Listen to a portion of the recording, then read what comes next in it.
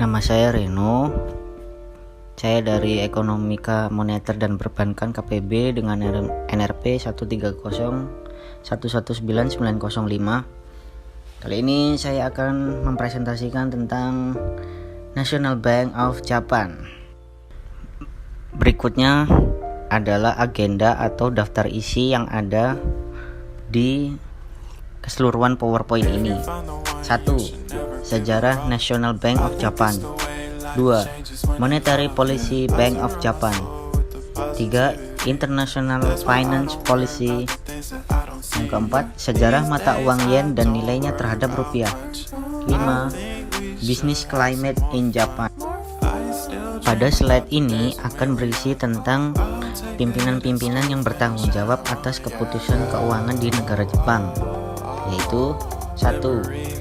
Yoshihide Suga sebagai Prime Minister, bertugas sebagai pengambil keputusan segala kebijakan di Jepang. Berikutnya, Kuroda Kurohiko sebagai Gubernur Bank Sentral, bertugas sebagai pemimpin National Bank of Japan. Berikutnya, Masayoshi Amamiya, Deputi Gubernur 1, bertugas membantu gubernur sebagai sekretariat papan kebijakan keuangan. Lalu, Masazumi Wakatabe, Deputi Gubernur nomor 2, bertugas membantu gubernur sebagai pengatur isu di bagian keuangan. Lebih tepatnya tentang uang. Slide berikutnya adalah timeline sejarah National Bank of Japan. Sebenarnya timelinenya banyak, namun saya persingkat hanya kejadian-kejadian penting saja. 1882, National Bank of Japan mulai terbentuk pada era Edo.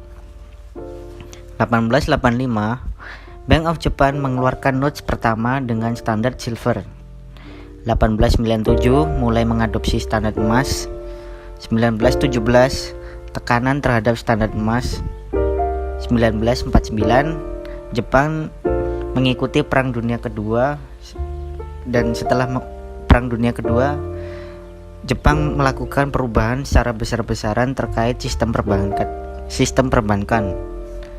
Lalu 1973 beralih ke nilai tukar yang lebih fleksibel menyesuaikan era modern. Slide berikutnya adalah monetary policy yang dianut oleh Bank of Japan pada tahun 2020. Short term policy atau kebijakan jangka pendek akan menetapkan tingkat suku bunga negatif sebesar minus 0,1%. Long term policy, pada jangka panjang, pihak bank akan membeli obligasi pemerintah tanpa memberi batas maksimal, sehingga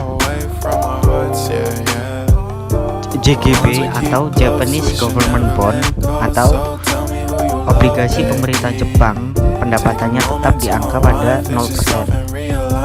Yang ketiga, pembelian Exchange Trade Fund. Untuk menstabilkan ekonominya, Bank of Japan akan membeli sejumlah surat ETF yang dikeluarkan oleh pemerintah Jepang.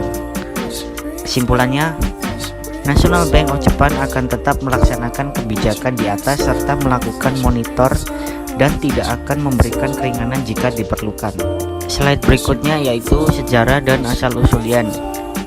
Dahulu kala, masyarakat Jepang memiliki tradisi melambangkan uang dengan lingkaran yang dibentuk dari jari telunjuk dan ibu jari. Kemudian seseorang bernama Okuma Shigenobu mengatakan, semua orang Jepang pasti tahu bahwa aksara kanji untuk lingkaran berarti uang.